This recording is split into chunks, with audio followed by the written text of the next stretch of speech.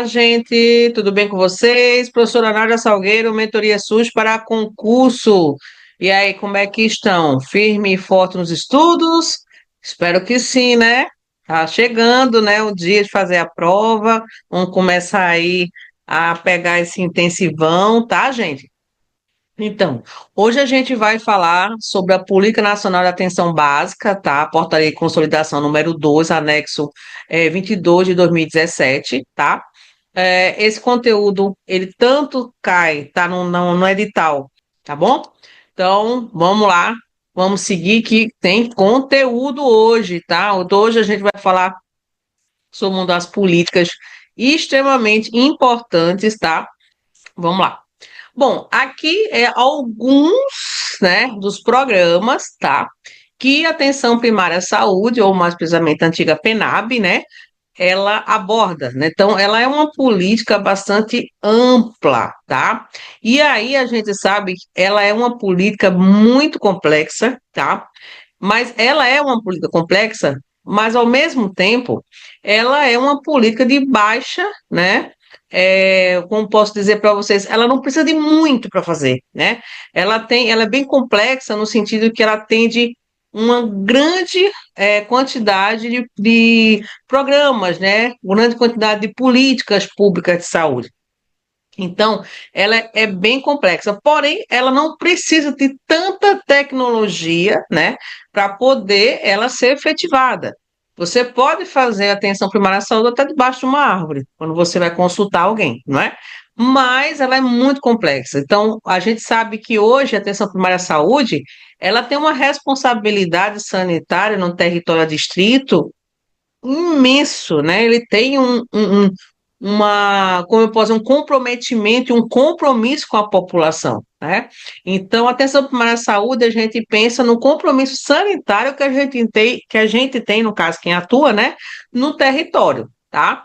Então, aqui a gente tem diversos programas que já passaram, alguns permanecem, outros ainda não estão tão ativos, né?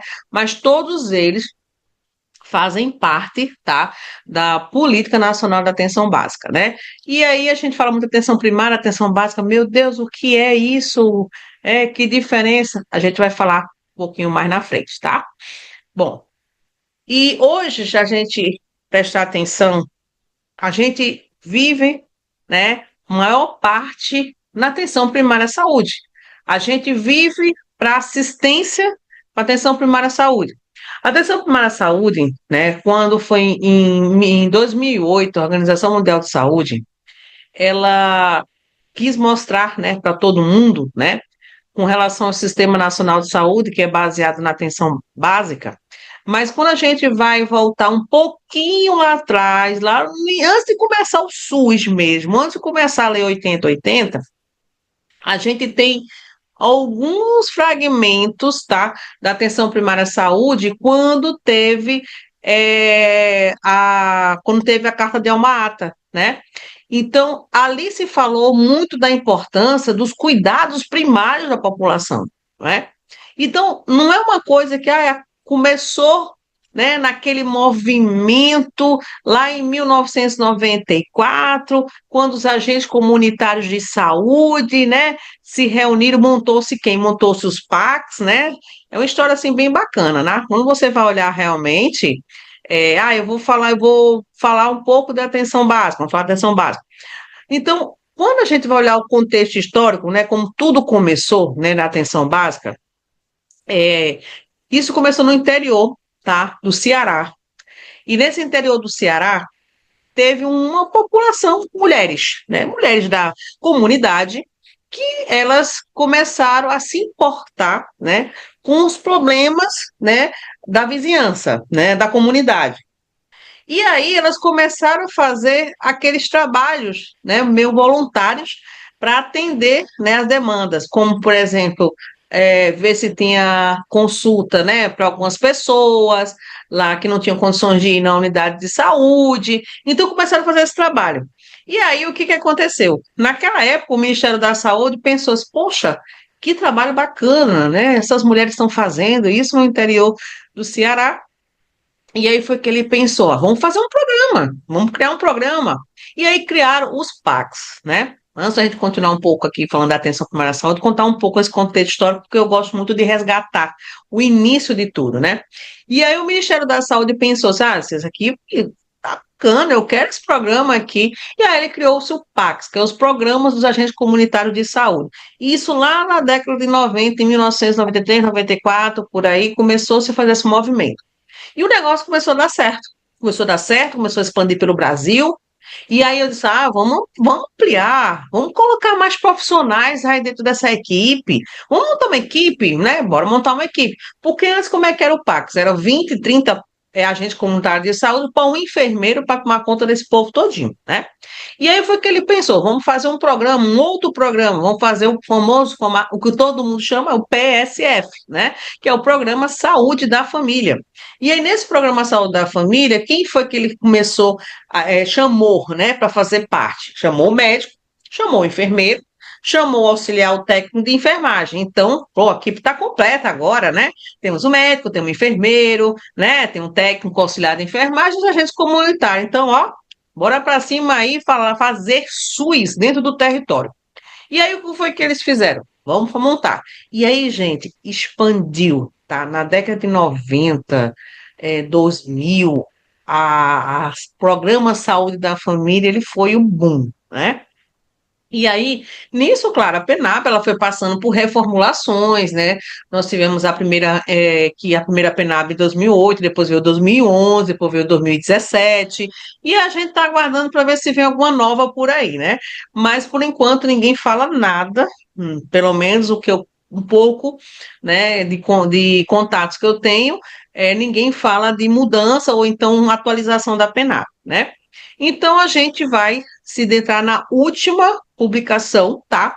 Que é justamente de 2017, tá? E são um assunto que ele é muito explorado, tá? Em concurso público. Com certeza vai cair, né? É uma questão que vai cair com relação à atenção básica, né? Ela é muito explorada, ela é muito solicitada nas questões, principalmente porque o concurso é Censa, né? Então a gente sabe que muitos profissionais, quando eles passam no concurso público, né, de prefeituras, secretarias municipais de saúde, eles são alocados aonde? Na atenção primária à saúde, né? Então, é praticamente uma pontinha, né, de vocês que, com o nome do nosso Senhor, vão estar lá na lista dos aprovados, sabendo que uma das suas atribuições vai ser dentro justamente da atenção primária à saúde, né? Então, como a atenção primária à saúde, por conta dessa expansão que teve, desse crescimento, né? Eu posso até, como eu falo assim, eu sou muito suspeita para falar, né? Sanitarista, apaixonada pela atenção básica, como eu sou, né? E aí o que que acontece? Ela é um nível de atenção, uma proposta estruturante para a organização do sistema de saúde. A atenção básica, ou o próprio nome diz, atenção primária à saúde, já está dizendo, é primário, é a primeira, é o início, né, de tudo. Ou seja, a atenção primária é o primeiro nível de atenção. Então, a proposta, né, da atenção primária à saúde é trabalhar tudo que o Sistema Único de Saúde nos traz, entendeu? Trabalhar as diretrizes do SUS. Então, do mesmo jeito que a Lei 8080 tem a diretriz dela, a atenção primária à saúde, ela segue a mesma coisa. Então, são os mesmos princípios, tá? Então, assim, quando você estuda o SUS, você vai estar estudando também é, a própria atenção primária à saúde, a saúde pública, né, propriamente dita, né? Então, assim, fica aqui, né, um pouquinho de história da atenção primária à saúde, porque é algo muito, muito bacana quando a gente vai ver o trabalho de pessoas, né, que dá certo. E aí, um pouco, precisa resgatar. Então, a gente tem fé nesse novo pessoal que vai entrar, né, na Ciência Boa Vista, que traga, né, um gás, né, para a atenção primária à saúde, porque está precisando, viu? Precisando mesmo, tá? Bom, vamos lá. A realização de uma consulta em um ponto de entrada com as características de atenção básicas associada à diminuição de uso de serviços especializados também está relacionada à redução da utilização de salas de emergência. Então, segundo a OPAS de 2014, ele traz o seguinte, porque como a atenção básica, ela é o quê? Ela é conhecida como a principal porta de entrada. Olha, memoriza isso, tá? principal porta de entrada do Sistema Único de Saúde. Ela é a principal, não é a única, tá? Tenham muito cuidado que em questões de concurso eles podem colocar de que a atenção primária à saúde é a única porta de entrada do usuário, e não é, tá?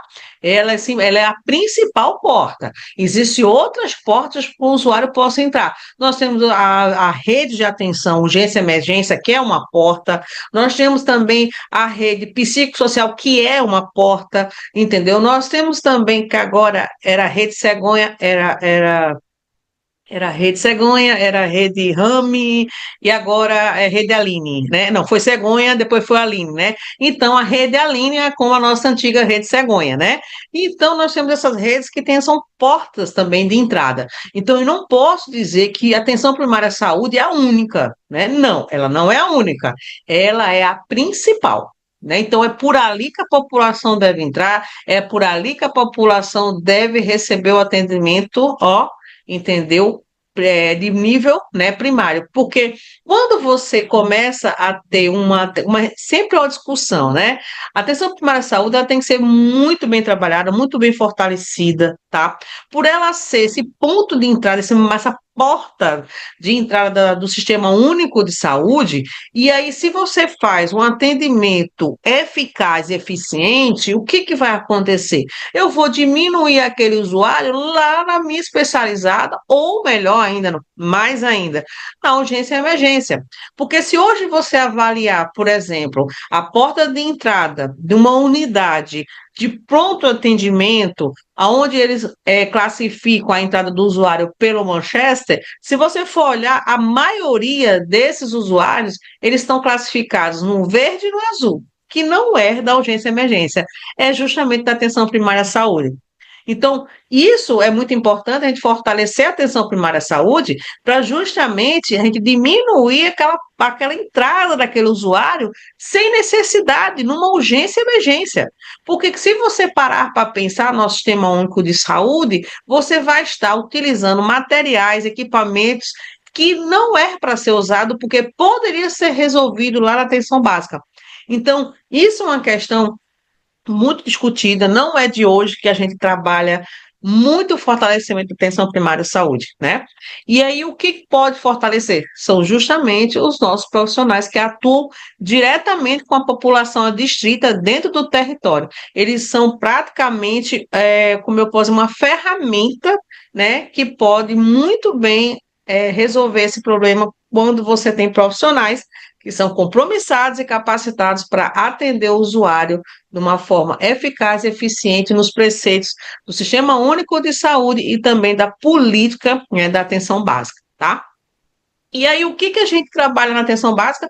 A gente trabalha o acesso universal igual como o SUS pede, não é? Então, está lá bem claro, nosso primeiro, ó, nosso primeiro princípio, né, um princípio, uma diretriz, né, que a gente tem do Sistema Único de Saúde, da Lei 8080, né? Então, o que que ele diz? Atenção básica, ou atenção primária à saúde, ou APS, né, no abreviamento, né? Então, é garantir o acesso universal em tempo oportuno ao usuário. Então, deve ofertar o mais amplo possível de escopo de ações, visando a atenção integral a ser responsável por coordenar o cuidado dos usuários e caminhar pelos diversos serviços da saúde. Então, memorize isso aí, tá? Atenção primária à saúde é a principal porta de entrada do Sistema Único de Saúde e é a coordenadora dos serviços de saúde, entendeu? Na rede de atenção à saúde. Então, ela coordena tudo. Então, o usuário, quando ele entra na atenção primária à saúde, dali ele vai ser encaminhado para a rede, não é? Então, quem é a principal porta? A PENAP, ou melhor, atenção primária à saúde. Quem é quem a coordena, quem é que organiza praticamente todo o serviço? Atenção primária à saúde. Então, por isso que ela é uma política extremamente importante para o SUS, tá? Então, o que que a gente tem de hoje? Então, a Política Nacional de Saúde, né, que a gente coloca tem na PENAB, Antigamente, quando realmente saiu a portaria de 2017, primeiro foi assim, o Ministério da Saúde, né, gente? Ela pegou, ela revogou a portaria 2436 de 2017. Então, no dia 21, né? Ou seja, foi ontem, né? Completou-se, né? Aniversário da portaria, mas ela pegou, foi revogada, né? O que que aí o Ministério fez? Então, a Universidade Nacional foi em Brasília, né, a UNB, ela pegou, juntou todas as portarias que você possa imaginar, todas as portarias, tá? Do Sistema Único de Saúde. Pegou a portaria da PENAB, pegou mental, pegou criança, pegou mulher, pegou tudo. Pegou todas as portarias, todas as políticas e fez em um só. Então, se chama portaria de consolidação, tá? Então, a PENAB, ela está na portaria número 2, tá bom? Memorize isso aí, tá? Então, às vezes pode ter na questão, a um fala de outras políticas, tá? A 3 fala de outras políticas também, tem uns que fala de tem portaria de consolidação, que fala de financiamento, que fala da especializada, que fala da urgência e emergência. Então, as políticas nacionais de saúde, elas estão dentro da portaria de consolidação número 2. E no caso, a PENAB, ela está no anexo 22, tá? Então, essa política já vai estar disponibilizada para vocês também, lá na plataforma, tá? Para vocês verem na íntegra como é que é essa política, tá bom? E ela não tem uma outra, tá? Não teve uma revisão, não teve uma reedição. O que a gente tem são pequenos ajustes, pequenas atualizações, mas ela em si não teve ainda, ela continua ainda valendo a portaria de consolidação número 2, anexo 22 de 2017, tá, gente? Então, qual é a diferença, né? E aí as pessoas perguntam assim: bom, é atenção básica, atenção primária à saúde, o que que é isso? Bem, gente, olha só. O que que diz hoje, né, no primeiro parágrafo único da Política Nacional da Atenção Básica? Então, ela considera que tanto o termo atenção básica e o termo atenção primária à saúde, elas são equivalentes. Então, elas são praticamente a mesma coisa, né? De forma a associar ambas aos princípios e a diretrizes definidos nesse documento. Existe uma baita de uma polêmica, tá? Eu também, eu particularmente, eu não concordo, tem muitos professores também que não concordam, que elas sejam, era para ser atenção primária à saúde, tanto é que o próprio Ministério, ele não tem lá, por exemplo, a Secretaria da Atenção Básica. Não, tem a Secretaria de Atenção Primária à Saúde, né? E aí eu penso que pode, porque pode ser que numa próxima reedição, né, da política, eles mudem, porque é todo um colegiado, então o colegiado ele vai e bate o martelo. Pode ser que alguém chegue lá, olha, vamos mudar, e aí muda. Aí se não, permanece do mesmo jeito, né? Então, e o que que é atenção básica, né? Praticamente como está dizendo. Bom, o artigo 2, atenção básica, é o conjunto de ações de saúde individuais, familiares e coletivas que envolve. Olha só o que aparece no artigo 2 da PENAB: promoção, prevenção, proteção, tá? Ele entra com diagnóstico, tratamento, né, reabilitação, redução de danos, cuidados paliativos e vigilância em saúde. Ou seja, vejam que dentro da própria PENAB, ela está falando de SUS. Então, quando a gente fala aqui mentoria SUS para concurso, SUS está em todo lugar e PENAB não ia ser diferente, entendeu? Então, foi desenvolvida por meio de práticas de cuidado integrado, tá bom? E gestão qualificada, realizada com equipe multiprofissional e dirigida à população em território definido, sobre as quais as equipes assumem responsabilidade sanitária. É isso que eu estou querendo dizer para vocês. Quem hoje for trabalhar, né, vocês que vão estar lá, né, lá na Sensa Boa Vista, vocês vão estar atuando dentro da atenção primária à saúde, vocês têm uma responsabilidade sanitária, médico, enfermeiro, técnico de enfermagem, dentista, entendeu? Toda essa equipe, ele tem uma responsabilidade sanitária dentro do território. O que é um território? Como assim chama território adstrito? Ora, é um local, uma região, porque existe uma coisa é território, outra coisa é territorização, tá? Então, o território é a área geográfica, a delimitação daquele lugar ali, né? Vamos dar um exemplo, um bairro, né? E dentro daquele bairro tem uma limitação ali de população que vai ser a abrangência de uma equipe, né? Agora, a territorização é outra coisa, é você saber levantar dentro daquele território, quantas escolas tem, quantas farmácias, quantos supermercados, quantas famílias, daquelas famílias, quantas crianças, quantos adultos, quantos idosos, quantas mulheres, quem tem tuberculose, quem tem hanseníase. Ah, isso é territorização, tá? É onde você vai fazer um tipo de um perfil, né? Praticamente você vai fazer uma análise situacional do seu território para saber o que aquele território tem, né? E também vai olhar as ofertas que tem naquele território, a oferta de serviços, por exemplo, se é uma unidade básica de saúde, se tem um hospital, se tem uma clínica especializada. Então, isso aí é territorização, tá? Então, ficar bem claro com relação ao que é uma população em território definido e o que é territorização, tá?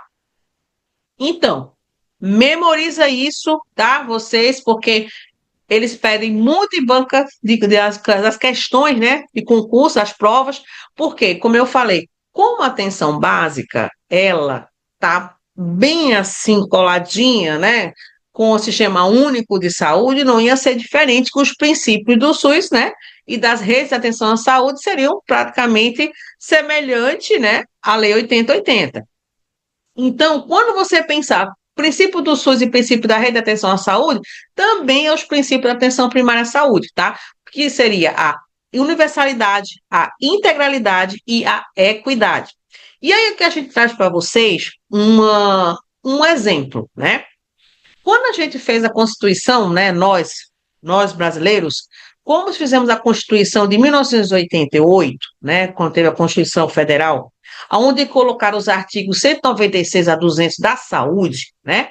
O que foi falado? Foi falado da igualdade, né? Todo mundo, né, tem direito, né, a saúde por igual. Então, quando foi em 1986, quando teve um movimento sanitarista de Sérgio Arouca, que foi lá defender, entendeu, o SUS, foi falar que o SUS tem que ser universal, tem que ser igual a todo mundo, porque naquela época quem tinha direito a isso é quem pagava, né, ou seja, quem tinha carteira assinada. Então, ele foi lá na frente, na oitava conferência, e começou a falar, né? E aí foi o que aconteceu? Depois, 2 anos depois, foi feito o quê? A Constituição Federal. Foi a Constituição Federal de 1988, tá? Quando ele fez a Constituição Federal de 88, ele colocou os artigos da saúde dentro dessa Constituição. Quais são eles? Memorizam, porque eles também pedem muito em banca de concurso público que vai falar de SUS, tá? Então, quando a gente for falar da Constituição Federal de 88, vocês vão ter o artigo 196, 197, 198, 199 e 200, tá? Então, a gente até novamente a gente tem aula gravada sobre isso, tá? É importante que vocês revejam essas aulas da Constituição Federal, tá bom? E aí, o que ele traz? A igualdade. Olha só esse desenho, né? Vamos olhar aqui a imagem. Quando ele fala de igualdade, o que eu vou ter aqui? Eu vou ter uma bicicleta. Todo mundo, né? Ou seja, qual seria a oferta? Vou dar um exemplo. A oferta de serviço é a bicicleta, né? Mas os usuários, eles são iguais? Não, não é? Cada um tem a sua particularidade. E aí, como é que faz? Então, na igualdade, digamos que os serviços de saúde seriam as bicicletas, certo? E aí, aqui na imagem que nós temos uma pessoa que é cadeirante, nós temos um homem muito alto, né? Nós temos uma mulher que aparentemente está tranquila, e temos uma criança que está fazendo esforço danado para andar na bicicleta, não é? E aí, o que aconteceu? Quando a gente teve o SUS mostrou para a gente o quê? Que devemos trabalhar a equidade. E o que a equidade diz? Tratar desigual os desiguais. Então, o que foi que ele fez? Ele adaptou, entendeu? A que a bicicleta fosse de acordo com a necessidade de cada usuário. Então, observe que quando a gente fala da equidade, todos estão recebendo, né, aquele benefício. Não deixou ninguém de receber, todos, ninguém ficou de fora. Então, isso é equidade. Então, aqui uma forma para vocês entenderem bem bacana, né? Qual é a diferença de igualdade para equidade, tá, gente? Vamos lá. Outra coisa que vocês têm que memorizar e cuidado para não confundir, tá? Princípios com diretrizes, tá bom? Vocês viram quem são os princípios, né? Universalidade, integralidade, né? Equidade, ok. Mas não vão esquecer que as diretrizes já são diferentes, tá bom? Então, o que eu tenho na diretriz? Eu tenho uma regionalização e a hierarquização, que também é um princípio lá do Sistema Único de Saúde, mas não é um princípio no sentido, no sentido, não um princípio doutrinário, tá? Ele é um princípio mais organizativo, para ele organizar a rede de atenção à saúde. Então, nesse caso aqui da PENAB, ele vai entrar como uma diretriz, tá? Então, a PENAB, ou melhor, atenção primária à saúde, né? Ele tem territorialização, ele tem a população adstrita, ele tem um cuidado centrado na pessoa, ele tem a resolutividade, ele tem a longitudinalidade, né, do cuidado, tem a coordenação do cuidado, ele tem a ordenação da rede e tem a participação da comunidade. Que é aí que a gente entra na Lei 8.142, que é lá também de 1990, que depois que saiu o SUS, no dia 19 de setembro, né, de 1990, foi sancionada a lei, né, 8080. E aí, quando foi no dia 28 de dezembro, já no finalzinho do ano, aí o que foi que aconteceu? O presidente foi e sancionou outra lei, que é a Lei 8.142, que fala justamente da participação da comunidade na gestão e no direcionamento do Sistema Único de Saúde. Que aí, quando a gente fala de quê? Fala de conferência de saúde e fala dos conselhos de saúde. Tá? Então, é dentro dessa lei, a 8.142, que também é muito explorada dentro do concurso público, né? Porque ele quer saber a diferença do que é conselho, né, e o que é conferência. A única diferença que a gente pode, ou melhor, uma das diferenças principais, é que a conferência de saúde, a população, ela se encontra de 4 em 4 anos para formular, para discutir as políticas públicas de saúde. Então, em caso, a conferência de 4 em 4 anos. Já o conselho, não. O conselho se reúne todo mês, ele é deliberativo, ele tem o poder de fiscalizar, ele também pode, pode decidir, né? Por exemplo, se aquela equipe ela pode ser implantada. Então, o conselho ele tem um poder realmente deliberativo, né? E ele se reúne todo mês. Então, a diferença que tem muito são praticamente o tempo, tá? Então, para ficar aqui registrado. Bom, e quais são os atributos da atenção primária à saúde? Então, a atenção primária à saúde, conhecida como APS, né? Ela tem os atributos essenciais, tá? E tem os atributos derivados. Quando a gente fala de essencial, o que a gente traz na atenção primária à saúde? O acesso, né? Então, o acesso do primeiro contato. Então, como a atenção básica é a principal porta de entrada do Sistema Único de Saúde, então ela tem que ser praticamente o primeiro acesso, o primeiro contato que a população tem, né? Que é a atenção primária à saúde. Quando vai pensar em longitudinalidade, é como você tratasse, né? Como um todo, né, a população. Porque antigamente, como é que a gente pensava a saúde? Só tratar o quê? Doença, né? Doença, doença, doença. Mas a gente tem que pensar que além da doença, existem outros fatores, outros problemas que podem trazer o adoecimento daquele indivíduo, né?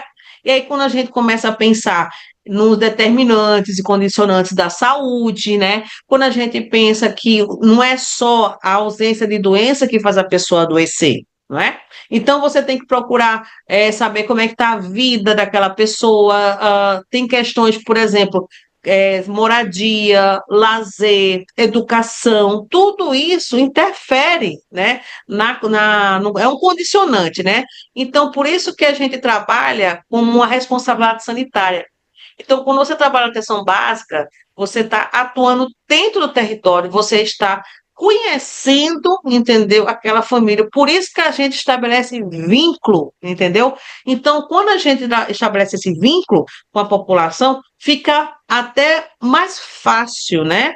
No meu ver, que essa população acaba aderindo, né? por exemplo, uma proposta terapeuta singular que a equipe irá fazer. Não é? Então, digamos que tem seu João, Dona Maria, que é hipertenso, diabético, então, dentro do meu território, eu posso traçar um plano terapêutico para eles para minimizar aquele problema, entendeu? Eu posso muito bem aplicar, por exemplo, o score de Fleming, porque eu posso avaliar se essas pessoas lá no meu território, se tem um risco elevado, por exemplo, de uma doença cardiovascular nos próximos 20 ou 10 anos, entendeu? Então, isso é extremamente importante a atenção básica trabalhar. E isso tem resgatado, né? Nos dias de hoje a gente vê que existe uma pequena, como eu posso dizer, um desajuste, né? Então, a coordenação do cuidado, né? Como a gente já falou, que ele coordena todo o cuidado, porque a atenção primária à saúde, lembra, atenção primária à saúde, principal porta de entrada do Sistema Único de Saúde é a coordenação da rede de atenção à saúde. Então, é por ali que começa toda a coordenação do serviço de saúde, é pela atenção primária à saúde, tá? E a integralidade é aquilo que a gente fala, atender o indivíduo integralmente. Então, aqui, Dona Maria, seu José, o caso do hipertenso, como eu falei, digamos que ele vai lá no posto de saúde ou na unidade de saúde da família, é atendido pelo médico de saúde da família, pelo enfermeiro, pela equipe, e aí descobre que ele precisa ir para a rede especializada porque ele é hipertenso. Eu tenho que dar condições para que ele consiga ir para a rede, entendeu? E resolver o problema dele. Então, a integralidade é isso, é resolver o problema do indivíduo, né? E aí, quando a gente vai, né, falar com acesso, né, falando aquilo que eu já falei antes, e só para reforçar aqui com vocês, o acesso do primeiro contato. Então, lembrando, é a primeira porta, gente, é o primeiro ponto, atenção básica, entendeu? É você regular esse acesso, né? É que o usuário ele tem esse acompanhamento, que tem equipe para saber como é que está a condição, né, de saúde, né, daquele usuário, daquela família, tá? Quando fala da longitudinalidade, a questão do vínculo, como eu falei para vocês, é importante a gente ter o vínculo com a população, né? A gente saber o que que se passa na vida dele, o que ele precisa. Então, você começa a ter essa atenção melhor, maior, porque é por ali que você descobre, por exemplo, se aquela família tem um risco de vulnerabilidade maior do que a outra, porque tem. Por mais que a gente tenha um território bem definido, por mais que a gente saiba quantos hipertensos a gente tem, quantos diabéticos, mas a gente sabe que cada um tem a sua particularidade, entendeu? Então, é importante a gente ter esse vínculo com a nossa população, né? E a integralidade, né? Como a gente fala, os arranjos para que o paciente receba todos os tipos de serviços de atenção à saúde, né?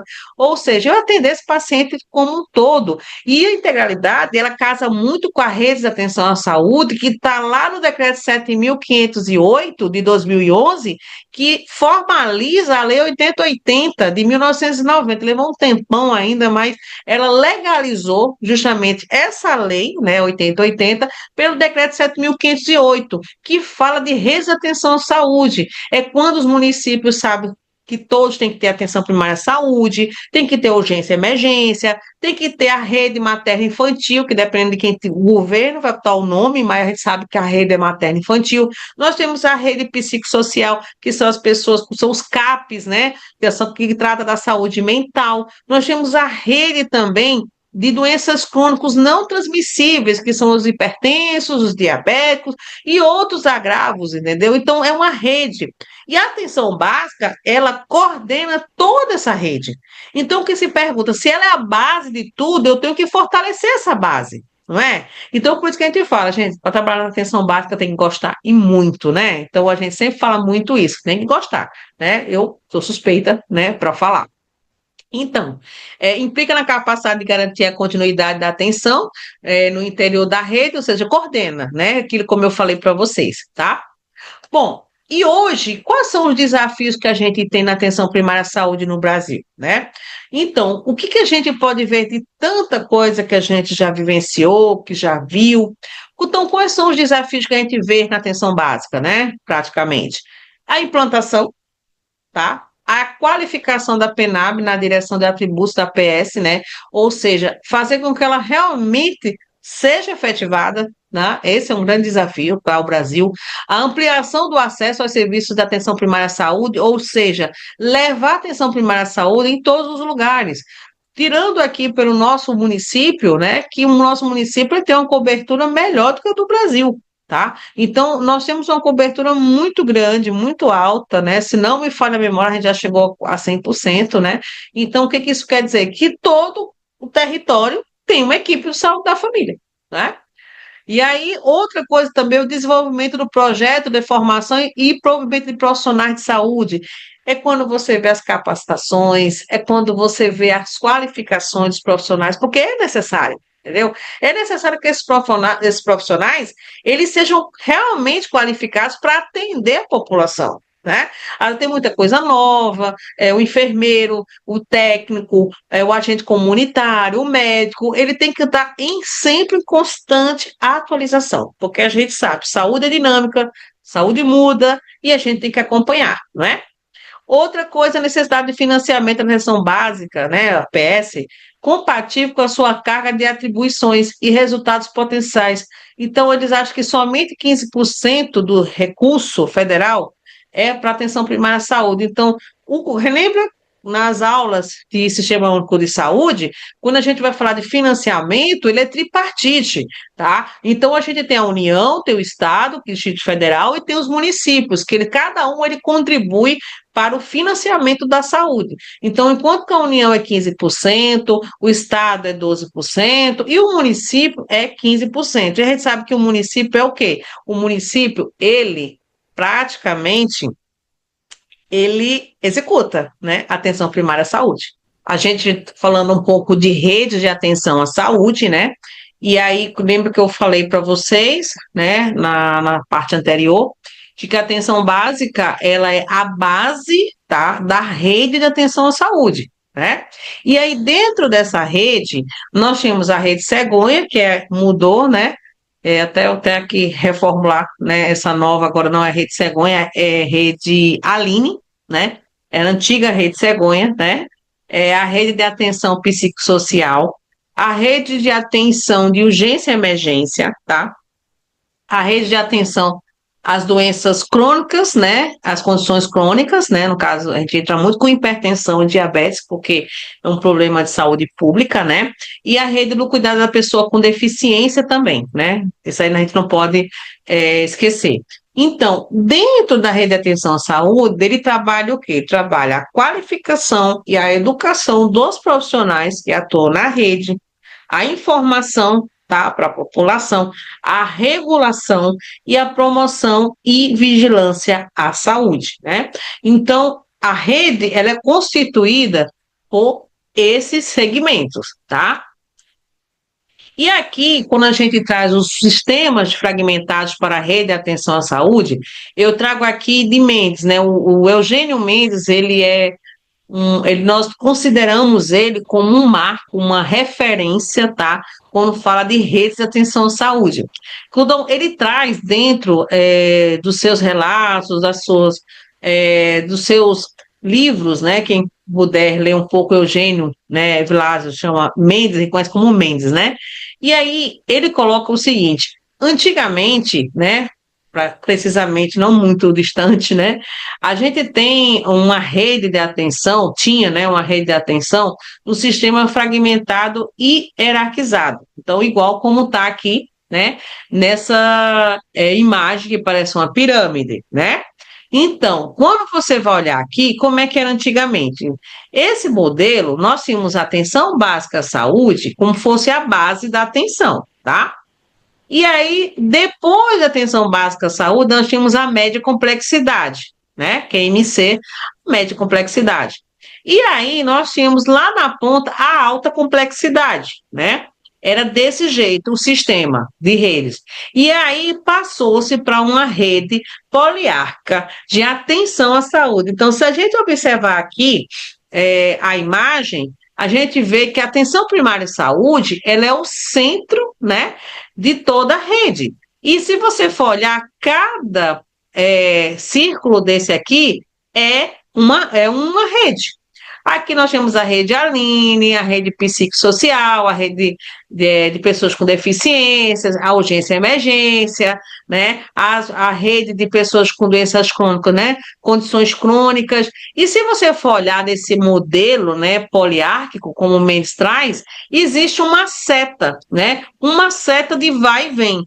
O que quer dizer isso? Por mais que eu mande o paciente para a rede de atenção, eu vou mandar meu paciente, né? Vou dar um exemplo.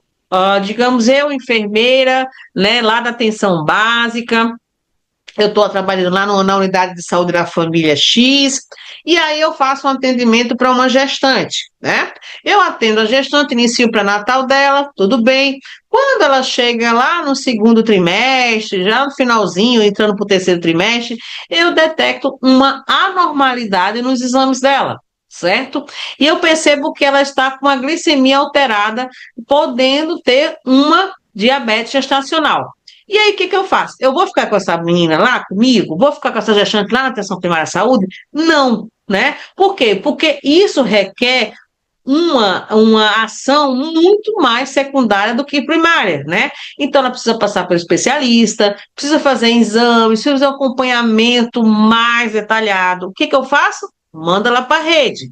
Que rede que eu vou mandar? Materno-infantil. E essa paciente vai para a rede materno-infantil. Quando ela chega lá na rede materno-infantil, ela vai receber todo o atendimento, vai saber tratar a condição dela, a diabetes dela, aí ela vai parir, né? Que ela vai parir, ela vai ficar lá na rede secundária, ela vai ficar na média, da média complexidade? Não, ela volta para onde? Volta para a atenção primária à saúde. Por quê? Porque ela mora numa casa. Nessa casa é um território. E quem é responsável por esse território? Atenção primária à saúde. É por isso que no nosso modelo de rede poliárquico você tem uma seta do vai e vem. Você manda, esse paciente tem que voltar para você. Entendeu? A atenção primária à saúde, ela ordena a rede, mas de todo jeito o usuário ele vai para a rede e volta para a atenção primária à saúde, tá? Então é isso que muita gente vê a falha na rede da atenção à saúde, é isso. É quando você manda um usuário para a rede e não sabe para onde é que ele foi, né?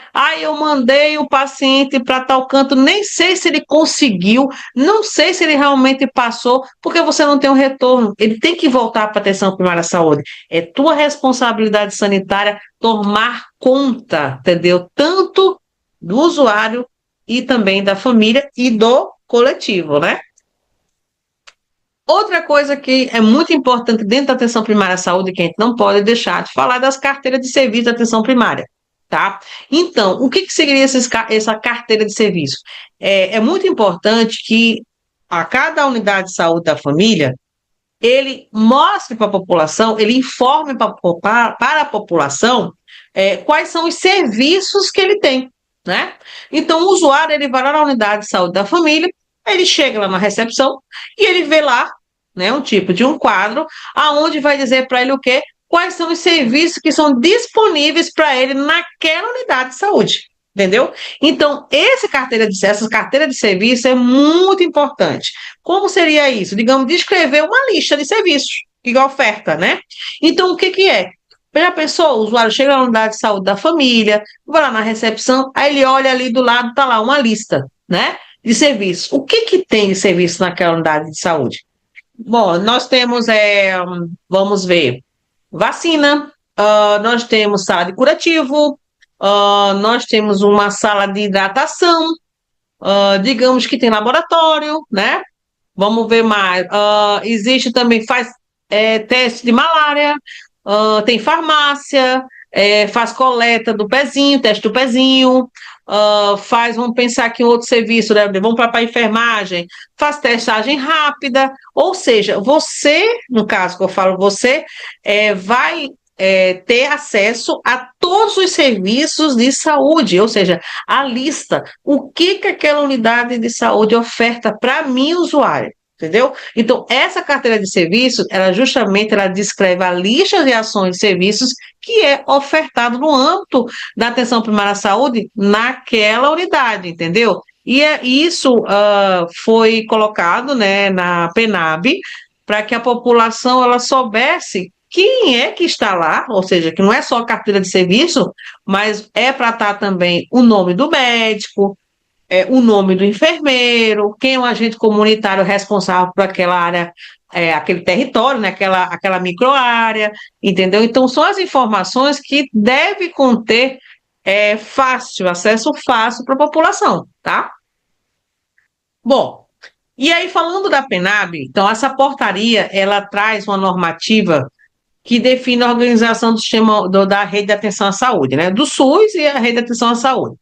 Então, a atenção primária à saúde, ela é uma estratégia do SUS. Então, por isso que ela saiu do nome de programa e virou Estratégia de Saúde da Família, porque ela é uma estratégia do SUS para fortalecer o Sistema Único de Saúde, né?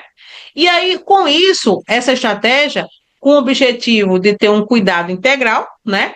E direcionar também as necessidades de saúde da população, ou seja, conhecer, né? A questão de saúde, né? O que cada um precisa, né? A saúde da nossa população. Então, nesse caso aqui, vamos ver estrutura, ambiência e funcionamento da atenção básica, né?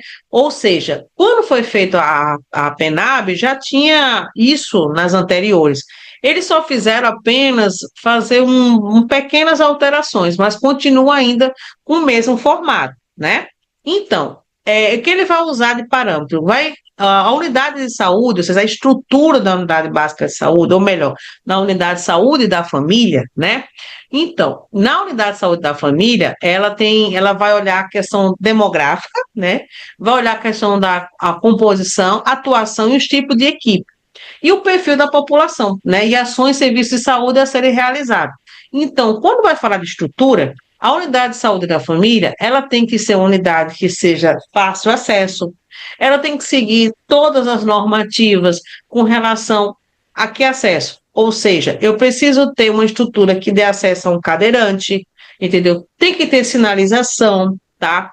A recepção, ela tem que ser fácil para que o usuário se informe, não aquela coisa gradeada, né, para dizer assim.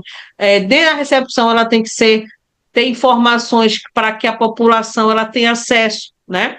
E aí você tem a questão do funcionamento. O que acontece do funcionamento? A atenção, a unidade básica de saúde, ou melhor dizendo, a unidade de saúde da família, ela trabalha 40 horas semanais, tá? Então, a política estabelece que a equipe trabalha 40 horas semanais. Então, seria praticamente horário comercial, né? Das 8 às 12, 14 às 18, né? Eu estou falando de equipes, tá? Porque a unidade básica de saúde, dependendo do gestor, dependendo da gestão local, tem unidades básicas que elas não fecham, né? Existe essa coisa de abrir às 8, fechar às 12, e abrir às 14, né? E abrir às 18. Então, existe um público diferenciado. Quando a gente fala da estratégia de saúde da família, ela trabalha 40 horas. Mas tem unidade básica de saúde, por exemplo, antigamente, né? Algumas, eu não sei se aqui está assim também, mas era aquela que abria às 6 da manhã e fechava às 18 horas. Mas a gente tem os programas, né, que saúde na hora, que é o que abre o terceiro turno, né? Ou seja, a unidade básica de saúde ela funciona também à noite, que é o famoso terceiro turno, né?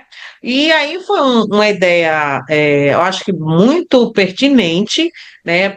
Principalmente para usuários que não tinham como ele ir para unidade básica de saúde durante o dia, né? Então eles acabam indo à noite. Então existem algumas unidades aqui, se eu não me engano, umas 6 unidades que fazem o trabalho da unidade saúde na hora à noite, ou seja, o terceiro turno. E aí já tem outra equipe, aí tem médico, tem enfermeiro, tem técnico. É o posto funcionando igual como é durante o dia, né? Ou seja, tem um terceiro turno. Antigamente não tinha isso, né? Quando foi feito a PENAB, em 2017, não se pensou nesse terceiro turno, né? Isso foi bem depois, né? É como a gente fala, depende da necessidade, faz a mudança, né? E foi isso que aconteceu. Então, dependendo da necessidade, fizeram a mudança e hoje a gente tem um terceiro turno, né? Em Boa Vista, tem alguns municípios que também atuam à noite, né? E aí, com relação aos tipos de unidade, nós temos a unidade básica, a unidade de saúde da família, né? Temos a unidade básica de saúde fluvial, que nós temos aqui no nosso estado, né? Nós temos municípios que são ribeirinhas, né? Então eles usam a unidade básica de saúde fluvial, que são os barcos, né? São aquelas embarcações, tá? E nós temos também a unidade odontológica móvel, então nós temos muito as vans, ou então a unidade móvel que faz serviços odontológicos, né? Que é para fazer, né? É o serviço odontológico. Bom, voltando aqui com relação ao funcionamento, tá? Recomenda-se. Então, observe que o Ministério da Saúde, ele não fala algo no sentido da unidade, dizendo assim, é, tem que ter, é obrigatório. Então, observe que ele recomenda, ele, em nenhum momento ele vai impor, porque existem municípios que têm a sua gestão plena, né? E aí, só que para as equipes de saúde da família, aí sim, 40 horas, 5 dias, né, na semana, nos seus 12 meses do ano, né? Por quê? Para poder facilitar o acesso à população. E aí, como isso foi em 2017, né, como eu falei, a população foi aumentando, a demanda foi aumentando, e aí foi necessário abrir o terceiro turno, né? Com relação como forma de garantir a coordenação do cuidado ampliado e o acesso, e o que foi que ele recomendou também, tá? Recomendou, entendeu?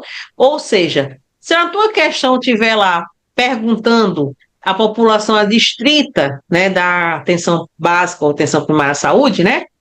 Ele tem um número, e lembra, onde tem número tem questão, tá? E aí, o que ele coloca aqui? Ele coloca o seguinte, que uma população de 2 a 3.500 pessoas, ela já está localizada dentro do território, né? Então, ela já é uma equipe do Saúde da Família. Então, se tiver um território aonde tem de 2 até 3.500 pessoas, você pode formar uma equipe do Saúde da Família, tá?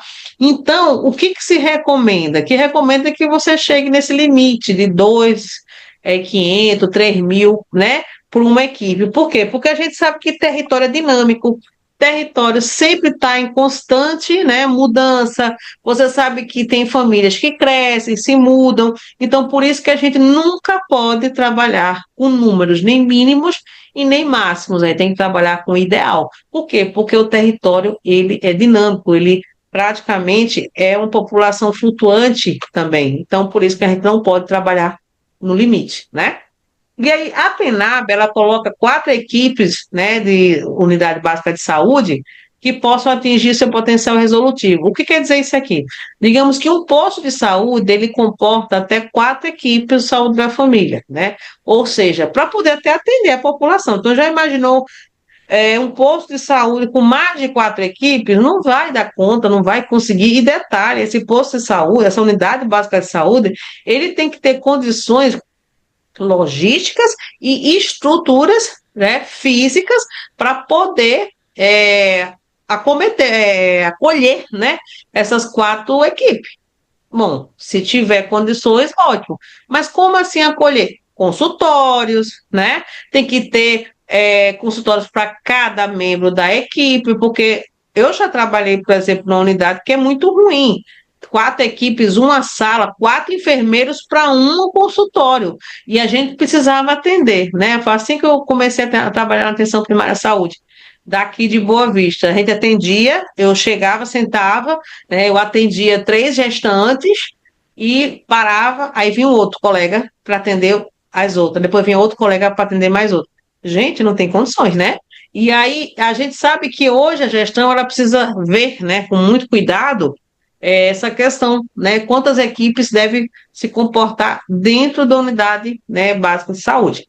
E aí, o que foi que estabeleceu nessa política? Ele estabeleceu o seguinte, que para poder, ele colocou assim, 2.000, né, o total população, por 2.000 já pode se fazer uma equipe. Então, se hoje eu tiver um município ou com 2.000, né, não sei nem se existe, não é lá que existe, eu já posso ter somente uma equipe de saúde da família.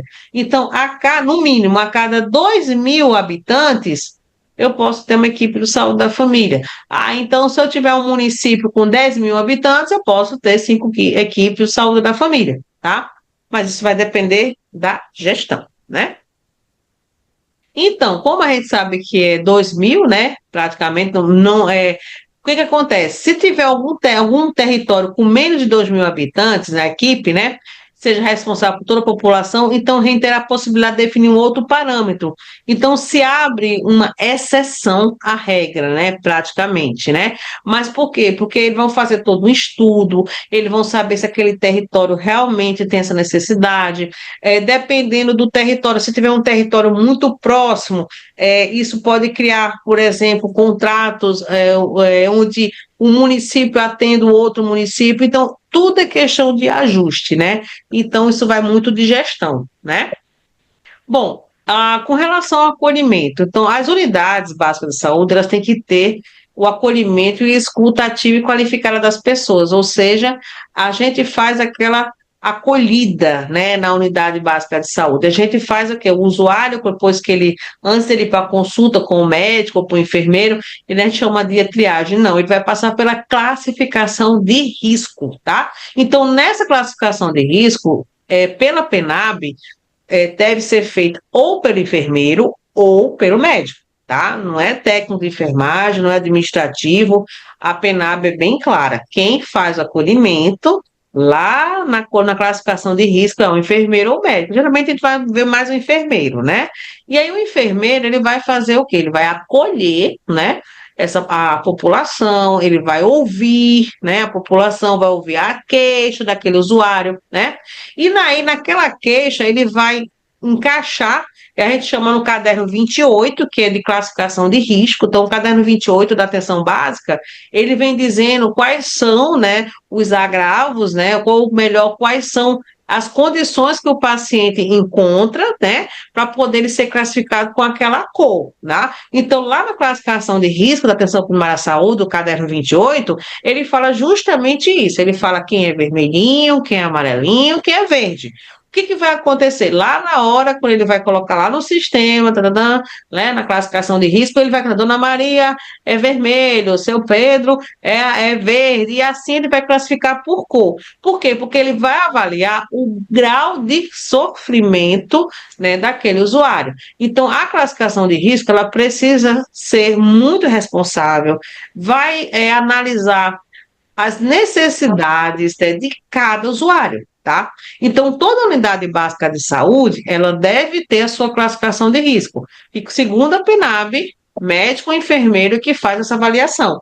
Ele faz uma escuta qualificada, no qual ele vai justamente observar essa demanda, vai observar essa necessidade que o usuário vai apresentar. Então, depois que ele conversa com o usuário, depois que ele faz a escuta qualificada, ele vai classificar se é vermelho, se é amarelo ou se é verde, tá? E aí, com relação como a gente já falou anteriormente, lá na unidade básica de saúde, tem que ter identificação dos horários de atendimento da equipe, tem que ter um mapa de abrangência da cobertura de cada equipe, que é aquele mapa que você vê lá na unidade básica de saúde é para ter, tá? Para saber aqui, ó, aqui é uma macro área todinha, tá? Equipe 1, equipe 2, 3, 4, né? E aí, dentro da equipe 1, tem o quê? Tem as microáreas, certo? E dentro dessas microáreas tem quem? Tem os agentes comunitários de saúde. Então, cada microárea tem um agente comunitário. Antigamente, antes de ter a mudança da PENAB, era obrigatório ter 6 agentes comunitários de saúde. Então, precisava de 6 agentes comunitários, 6 agente comunitário de saúde, para poder ter uma equipe do Saúde da Família. Isso era lá na PENAB de 2011 para trás, né? Então, na mudança de 2017, não existe mais essa obrigatoriedade do gestor ter 6 agentes comunitários de saúde para poder, né, fazer a equipe do Saúde da Família. Não precisa, tá? Ou seja, vai depender da necessidade do território. Se ele achar que só precisa de 4, tudo bem, ele vai contratar 4. Não, vou precisar de 7. Tudo bem, vai contratar 7, entendeu? Lembrando que o agente comunitário de saúde, ele passa por um processo seletivo, existe alguns contratos diretos, né? Sempre faz um seletivo para atender às exigências da própria lei, né? do SUS, que é a seleção dos agentes comunitários de saúde e agente de endemias também, né? Porque eles trabalham juntos, tá? A gente sabe que em 2018 foi feito, né? Foi criado a política, né, de vigilância em saúde, no qual que dentro dessa política ela colocou os agentes de endemia a trabalhar em parcerias com os agentes comunitários de saúde, né? Então eles têm o quê? Uma integralidade, uma integração, né, entre a equipe do saúde da família, ou melhor, entre a atenção primária à saúde e a vigilância em saúde, tá? E aí é muito importante nas unidades ter toda a descrição do território e quem é que faz parte dele, né? Aqui para vocês conhecer alguns tipos de equipe, tá? Teve várias mudanças já, algumas atualizações, mas o que a gente tem hoje, tá, de tipos de equipe na atenção primária à saúde? Nós temos a número um, né, que é a equipe de saúde da família, né? A equipe de saúde da família, ela é a equipe principal da atenção básica, ela é composta por médico, enfermeiro, técnico de enfermagem e agente comunitário de saúde, com o objetivo de promover a saúde e prevenir doenças no território, tá? E tem que ter uma cobertura de 100% da população, tá? Com um número máximo de 750 pessoas por acesso. Memoriza esse número, tá, gente? Então, essa cobertura de pessoas, ou melhor, famílias, né, com maior risco de vulnerabilidade, ela tem que ter 100% de cobertura, tá bom? E aí, a população tem que ter, no máximo, a cobertura do agente comunitário, ele tem que ter, no máximo, 750 pessoas, no máximo. É aquilo que eu falei para vocês. O agente comunitário, ele não pode trabalhar com o limite dele já extrapolando, entendeu? Como assim extrapolando? Ele precisa trabalhar com o número ideal, tá? Vamos dizer que trabalha com 600 pessoas, por exemplo. Por quê? Porque ele sabe que o território é dinâmico. Se ele for trabalhar lá naquele limite e aquela população começar a crescer, ele vai ficar sobrecarregado. Ele não vai conseguir atingir sua meta de visita domiciliar diária. Por quê? Porque aumentou, entendeu, o número de famílias. Então também existe um limite, né? A gente tem um ideal, o ideal é não passar de 150, entendeu? Deixar 150 famílias para cada agente comunitário. Porque se você for jogar isso na matemática, eu fazia muito isso quando estava na atenção básica, conversando com o agente comunitário, que ele tinha, assim, 8 visitas. A pessoa fala assim, onde é que isso está? Gente, não está em nada no sentido Ministério da Saúde. Então, foi algo que foi conversado para atingir a meta de quê? De visita domiciliar de acordo com a população, né? Então, digamos que o agente comunitário ele faça 4 visitas no primeiro horário e 4 visitas no segundo horário. Então, seria 8 visitas diariamente. Então, tirando o certo, né, que eu estou falando, tirando o período que ele tem que se encontrar com a equipe para planejar, replanejar, né, procurar saber quais são as metas de rastreamento dentro do território. Então, a equipe do Saúde da Família, o ideal, ele se reunir pelo menos uma vez por semana para poderem discutir, né, o que aconteceu durante a semana e planejar a próxima semana, né? Mas, né, pontinho, pontinho. Vamos lá. Equipe do saúde da saúde bucal, então a equipe de saúde bucal é integrada à equipe, né, da estratégia de saúde da família, então ela vai oferecer ações de saúde bucal. Tem que deixar bem claro o seguinte, que a equipe de saúde bucal, existe uma equipe onde tem o dentista, né, tem o técnico de saúde bucal e tem o auxiliar de saúde bucal.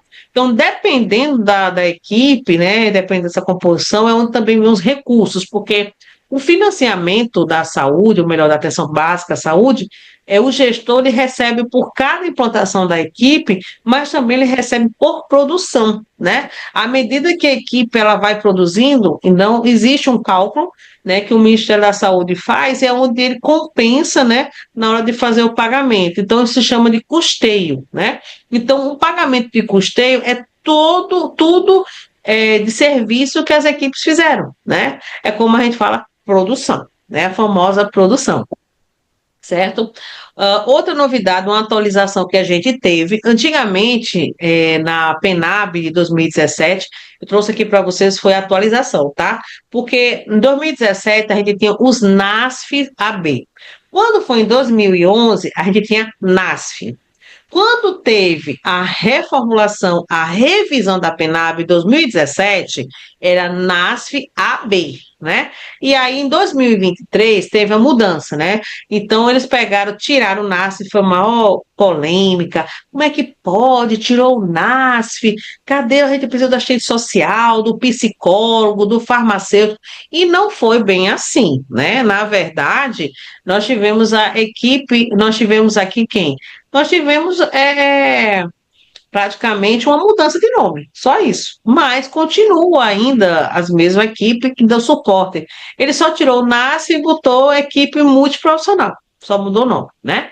Aí nós temos a equipe do consultório na rua, tá? Que aí é o contexto da alta vulnerabilidade social, levando cuidados para a rua. Aqui nós não temos, mas temos alguns outros estados que já aderiram, né? Alguns municípios, com o consultório na rua, que é uma equipe que atende a população de rua, né? Com risco de vulnerabilidade, né? Praticamente, né? Nós temos a equipe de atenção primária prisional, né? Ou seja, nós temos uma equipe de saúde prisional a nível de atenção primária dentro dos presídios, tá?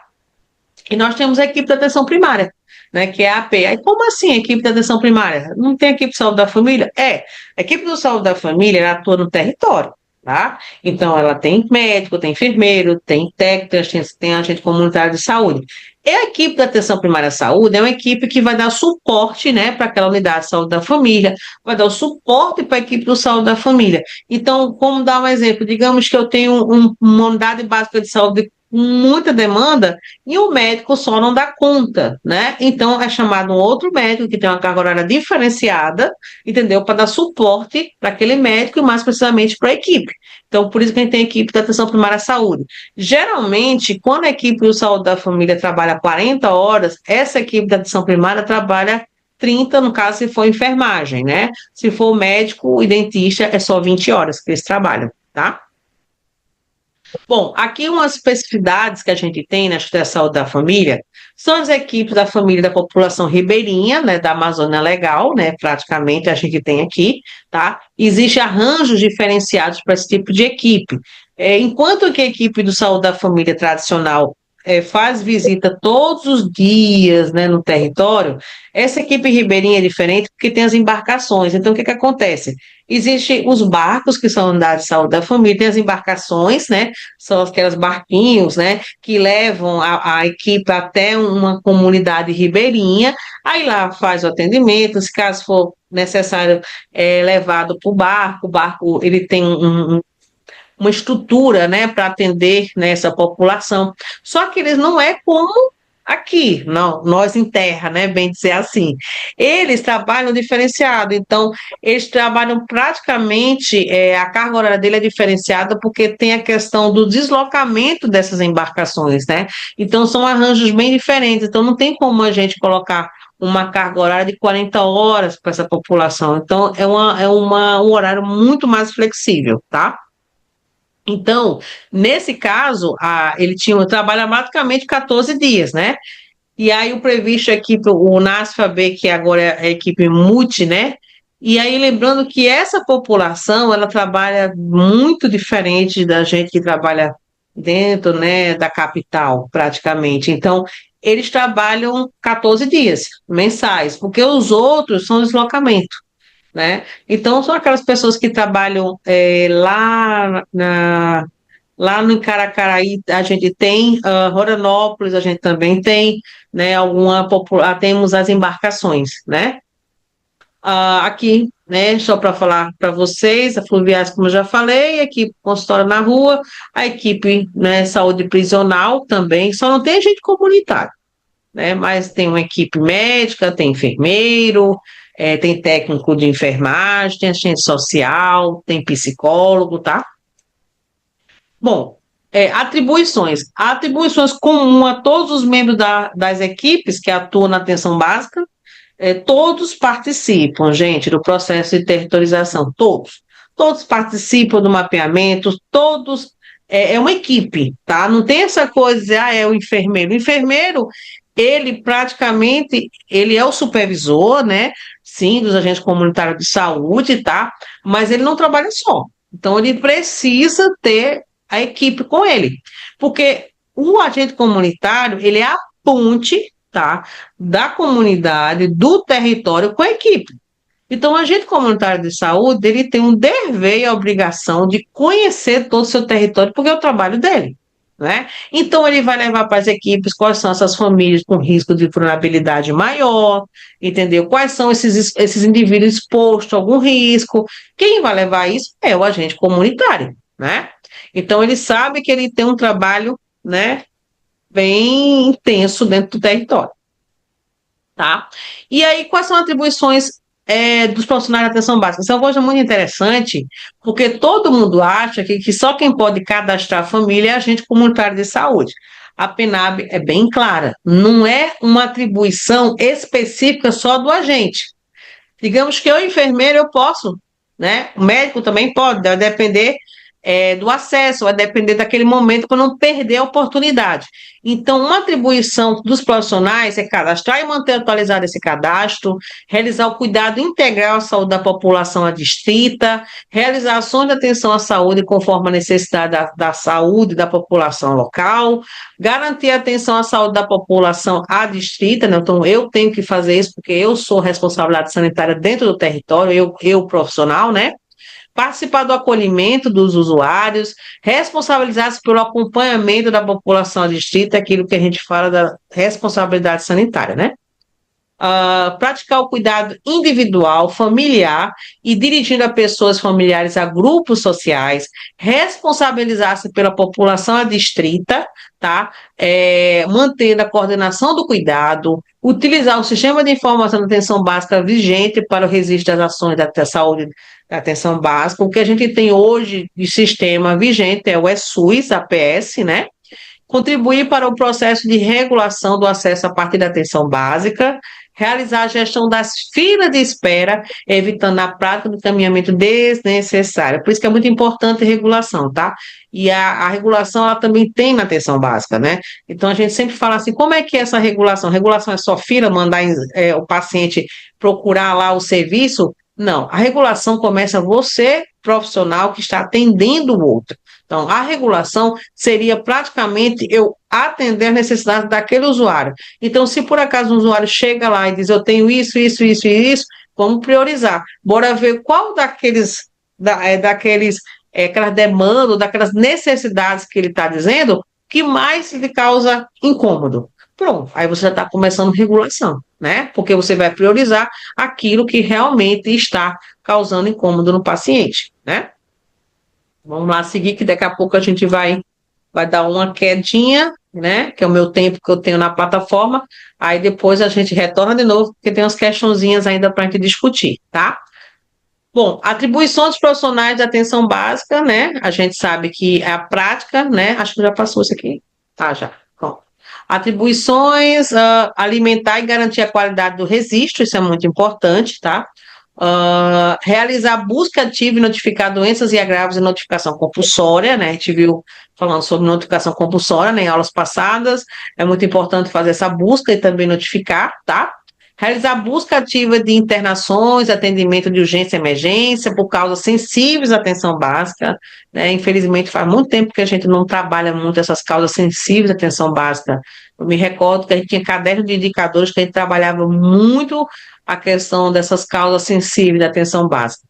Realizar visitas domiciliares e atendimentos em domicílio a famílias e pessoas em residência, instituições de longa permanência, abrigos, entre outros tipos de moradia exigente em seu território, de acordo com o planejamento da equipe, necessidades e prioridades estabelecidas. Então, gente, quem tem casa do vovô no seu território tem que fazer visita, tá? Bom, aqui também temos realizar trabalhos interdisciplinares, participar de reuniões, aquilo que eu falei para vocês, articular e participar da atividade de educação permanente, tá? Educação continuada, participar do gerenciamento dos insumos necessários para o adequamento e funcionamento da UBS, acompanhar e registrar no sistema de informação da atenção básica, né? O mapa de acompanhamento do Bolsa Família, não vamos esquecer, tá? A gente tem Bolsa Família, tá certo? E da nossa aula da PENAB 2017, tá? Mentoria SUS para concurso, professor Nádia Salgueiro. Bora para cima, meu povo, que a prova tá chegando, né? Então, a gente vai falar agora sobre o processo de trabalho da atenção básica, certo? Aonde na atenção básica você tem a definição do território, territorização, aquilo que eu falei para vocês, que você tem que saber o que é território, o que é territorização, tá? Território é a tua área, entendeu? Geográfica, né? Ou seja, um bairro X, um bairro Y, e a territorização é tudo aquilo que compõe o território, tá? Então, você saber quantas famílias, dessas famílias, quem são hipertensos, diabético, quem é gestante, entendeu? Se naquele território tem escola, tem associação, tem igreja, então isso é territorização, tá bom? Aí nós temos aqui a responsabilidade sanitária, isso aí a gente já falou, né? É a porta de entrada preferencial, a gente sabe muito bem que a atenção básica é a porta principal do Sistema Único de Saúde, tá, gente? Então, não esqueçam disso, porque é muito, mas muito falado nas questões de concurso, tá? Aonde ele pergunta se a atenção primária à saúde é a principal porta, ela pode colocar que é a única na questão, mas ela não é única, como eu falei para vocês. Ela é a principal porta de entrada do Sistema Único de Saúde e é a coordenadora da rede de atenção à saúde. Então, a atenção primária à saúde, ela é isso, tá? Ela é justamente a principal porta de entrada do Sistema Único de Saúde, né? Então, tem uma descrição de usuários e desenvolvimento de relações de vínculo e responsabilização entre a equipe e a população no seu território de atuação. Ela trabalha acesso, trabalha acolhimento, que deve estar presente em toda a relação do cuidado. Tem um mecanismo de ampliação, facilitação de acesso. Tem a questão da postura, atitude, tecnologia do cuidado. Tem a questão do dispositivo, a reorganização do processo de trabalho em equipe e a estratificação de risco. Nesse aqui, a questão do processo de trabalho de equipe é muito importante. Lá na PENAB, na própria portaria na íntegra, ela coloca a atribuição, tá, de cada membro da equipe. Então, eu sugiro fazer uma leitura, né, bem importante, vocês saberem quais são a atribuição de cada membro da equipe, tá? Que aí para vocês conhecerem o que cada um faz. Com relação à estratificação de risco, é aquilo que a gente coloca, como eu disse, tem que ser feito com médico, também com enfermeiro, mas a gente trabalha a população, principalmente com doenças crônicas não transmissíveis, que é o hipertenso e o diabético, tá? E aí a gente pode fazer uma estratificação de risco também com gestante, mas como a hipertensão e a diabetes, ela é um problema de saúde pública, então a gente fala muito mais de hipertensão e diabético, né? Então, a estratificação de risco, ela é justamente quando a gente vai saber, por exemplo, eu tenho no meu território 50 hipertensos, né? Desses 50 hipertensos, qual deles ele tem um risco de ter um acidente vascular, né? Quantos hipertensos eu posso ter no meu território que possa vir ter um infarto, né? Um exemplo. Então, a estratificação de risco, ela faz isso. Então, o médico, o enfermeiro, ele faz esse tipo de... ele trabalha a estratificação de risco com aquilo que a gente falou na aula de hipertensão, que é sobre o score de Fleming, tá? Que é onde ele vai avaliar se aquela pessoa, qual o risco que tem, 10, 20%, que daqui a alguns anos ter ou um acidente vascular cerebral, ou então um infarto, né?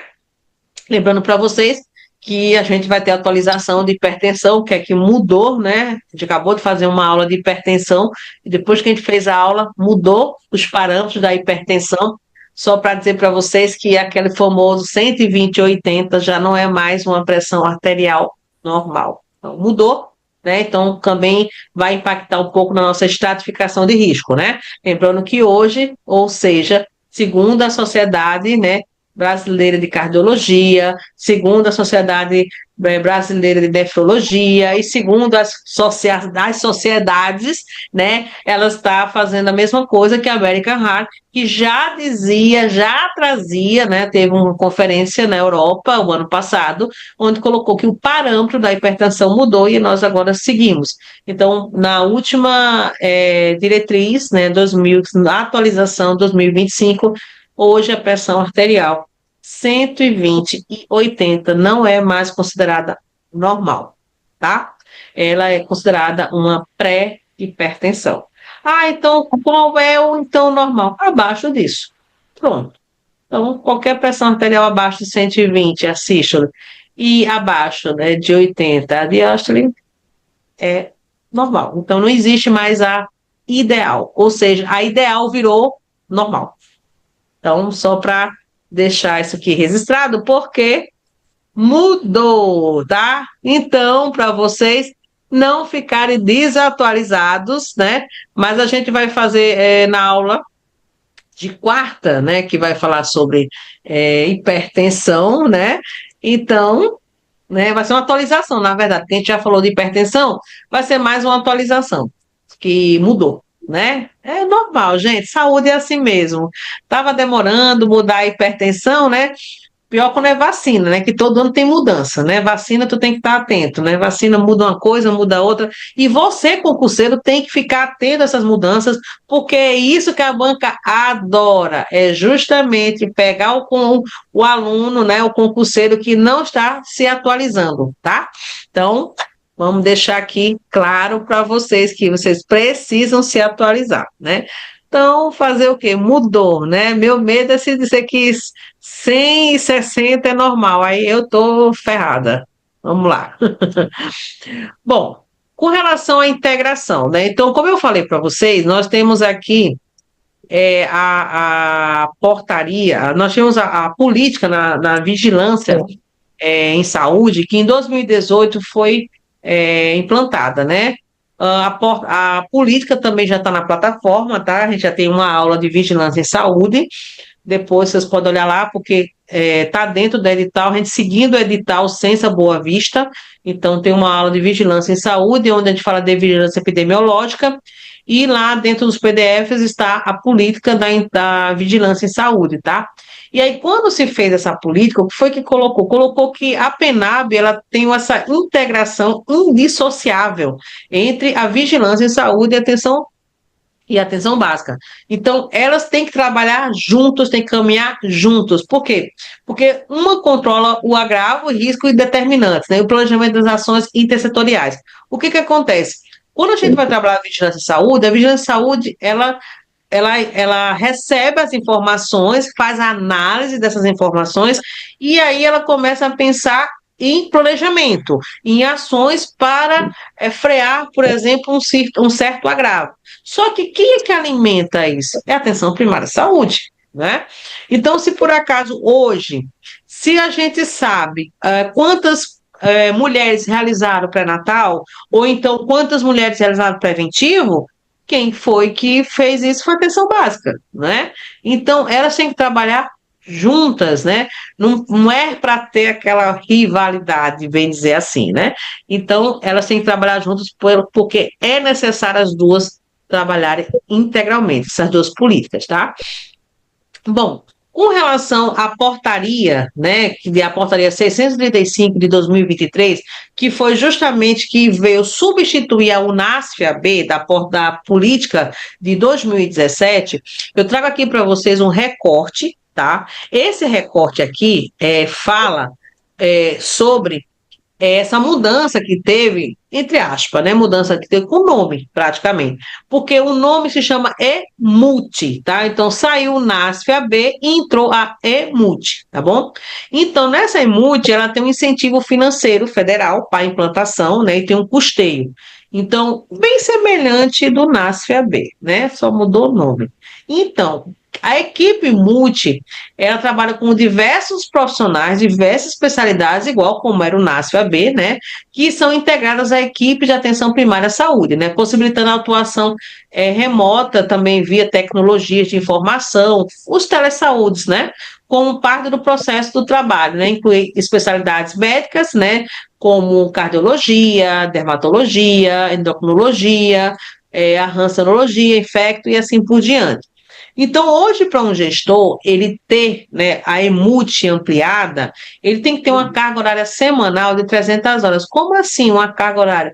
É a somatória, tá, da carga horária de todos os profissionais que atuam, né, dentro dessa equipe.